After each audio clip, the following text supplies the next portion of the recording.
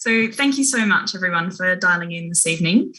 Today I'll be presenting on a study that is a part of my PhD, where we looked at differences in levels of interest in bike riding across different areas within Greater Melbourne.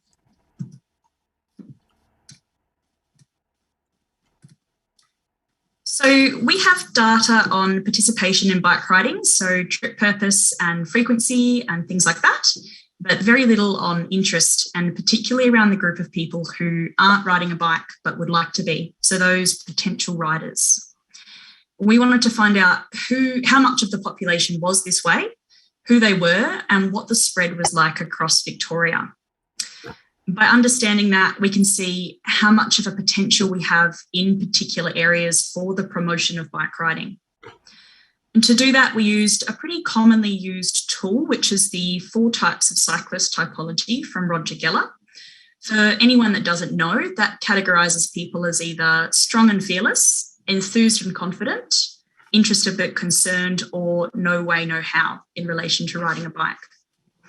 So we were really focusing on the interested but concerned group. And this is a group of people who are interested in riding a bike, but only in the presence of high quality protected infrastructure.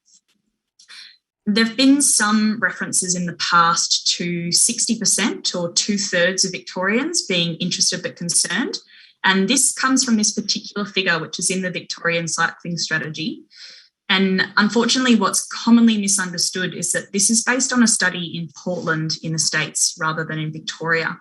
So we really had no understanding of the size of that group here. So to find this out, we developed an online survey that included some questions around demographics, cycling behaviours, the impact of COVID-19 on cycling, and the Geller typology questions. What we can see on the right is a bit of an example of what the Geller typology questions look like. So they ask about comfort level in a variety of different settings with varying infrastructure. The survey was distributed through online panels, and that went out to 37 LGAs, including all of those in Greater Melbourne and 6 regional centres.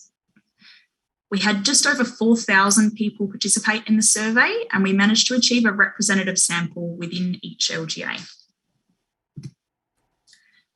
So the 4 types of cyclists have specific levels of confidence around different types of infrastructure.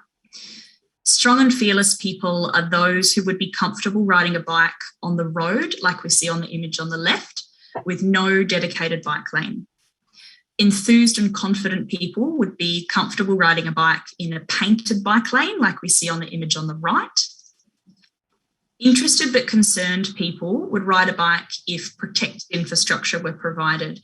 So that means protected by concrete, like we see here, or another kind of physical structure. No way, no how means they are not comfortable riding in any of these contexts, or they have an injury or condition that prevents them from riding a bike. For the whole sample, we found that 58% of participants owned a bike, but only 20% rode a bike at least once per week.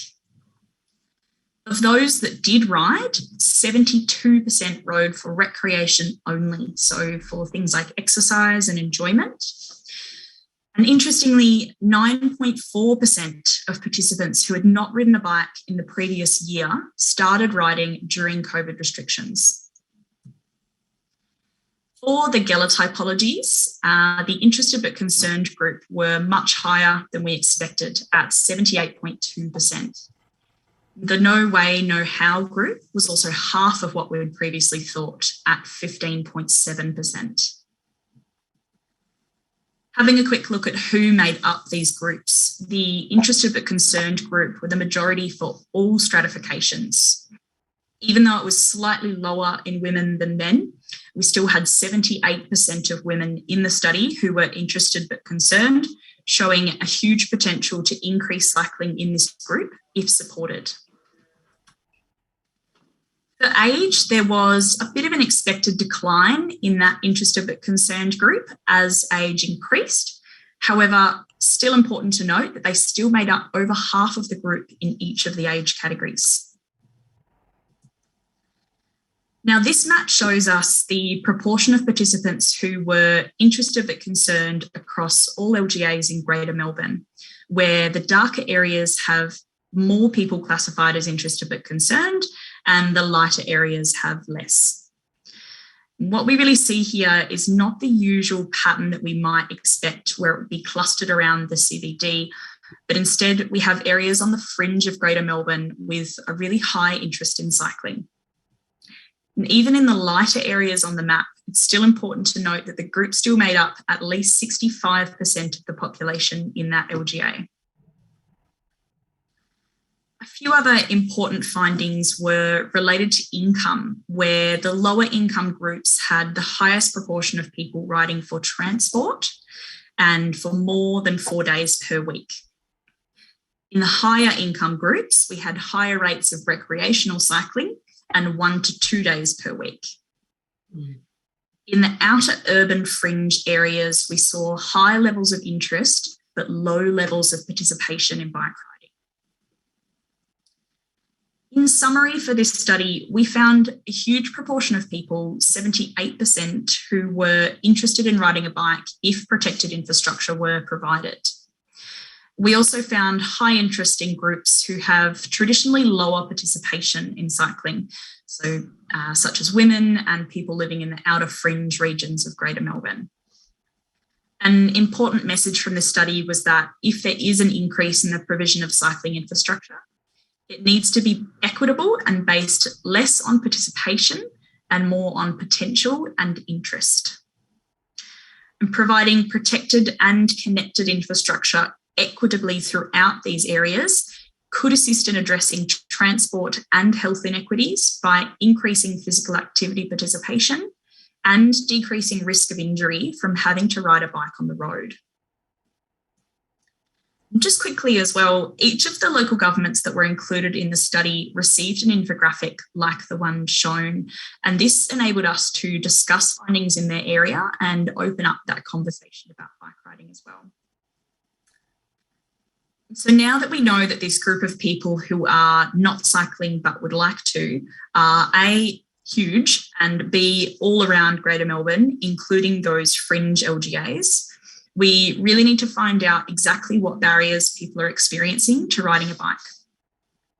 So to do so, we'll be running a survey of the barriers and enablers to bike riding in Greater Melbourne, followed by a qualitative study, so interviewing people to really unpack those underlying concerns that people have around cycling and what can be done to support them.